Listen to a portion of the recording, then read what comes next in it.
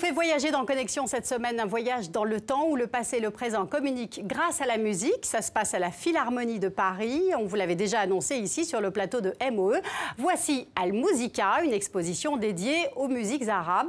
Notre reporter Pascal Bourgault a rencontré Rayes Bek et Randa Mirza. Ces deux jeunes Libanais revisitent les chansons et les films de l'âge d'or du cinéma arabe de 1940 jusqu'aux années 90. C'est assez réjouissant. Je vous laisse découvrir.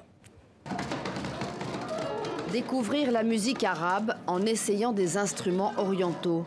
Quelle meilleure manière d'entrer dans ce monde mystérieux. Pour une fois, il y a un endroit où on a le droit de toucher les doigts. Un monde lointain pour les uns, proche pour les autres, où se côtoient toutes sortes de fausses idées et vrais préjugés. L'idée, c'était vraiment de donner une autre image du monde arabe, de donner l'image d'un monde arabe joyeux, lumineux, d'où cette scénographie aussi très colorée, avec beaucoup de couleurs. C'était aller vraiment à l'encontre des stéréotypes qui sont encore aujourd'hui, malheureusement, trop souvent attachés au monde arabe. Ah, il est là, le double 6. Dans ce café reconstitué de Barbès, hommage aux chanteurs algériens, tunisiens, égyptiens émigrés en Europe. Ces rythmes d'ailleurs vont nourrir toute la créativité musicale et culturelle de la France de l'après-guerre.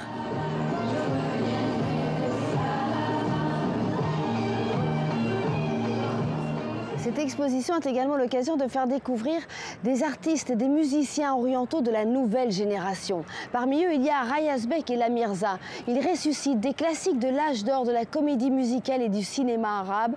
Lors de leurs concerts visuels, ils mixent en direct images et sons. Vous allez voir, c'est stupéfiant.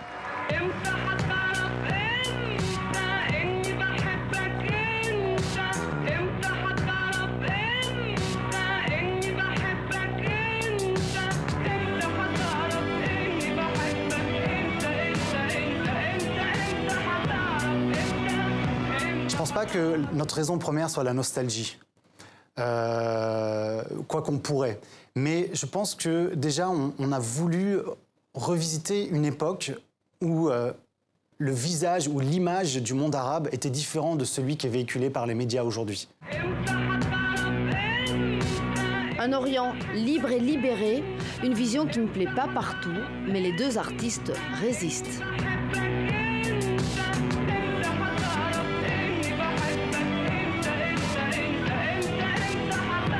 Effectivement, c'est vrai que dans certains pays du monde arabe, vu les films qu'on passe, vu les scènes qu'on passe, il y a certaines scènes qui sont un peu osées. Et c'est vrai qu'on nous a demandé des fois si on pouvait retirer cette scène ou celle-là. On a toujours refusé. Pour une raison très simple, chose que Randa a souvent dite, c'est-à-dire nous n'avons pas créé ces films. Nous puisons dans les archives le patrimoine du monde arabe.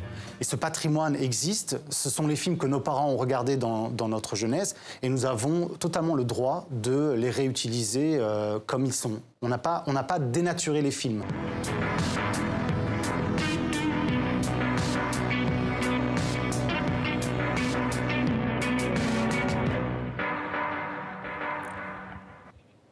Émilie Delorme, j'ai vu que vous aviez l'air d'apprécier la musique, mais pourtant ces deux-là n'ont aucune chance de passer dans votre festival d'art lyrique à Aix-en-Provence. Qui sait? On aime bien les surprises au festival et ouvrir les portes à des nouvelles cultures et à des nouvelles aventures. Et puis ce qui me fait sourire, c'est de voir qu'à la fois ils valorisent le patrimoine et on a un immense besoin de connaître ces cultures arabes et de les faire découvrir et en même temps de faire acte de création. Je pense que construire ensemble un patrimoine commun, c'est une base pour le vivre ensemble. Alexandre, vous avez l'air d'acquiescer également, oui, vous êtes d'accord? J'ai trouvé très riche cet assemblage musical et visuel, un peu décalé, très riche. Mais quand on dit que ce sont les médias qui véhiculent une image d'un monde arabe rétrograde par rapport à ce monde arabe progressiste, malheureusement, je ne pense pas qu'il faille accuser les médias d'une réalité dans le monde arabo-musulman, et pas que arabe, où il y a un puritanisme qui a été exacerbé par les frères musulmans, par d'autres mouvements islamistes, par des États, Pakistan, Arabie Saoudite, et en fait, ce n'est pas les médias qui ont inventé.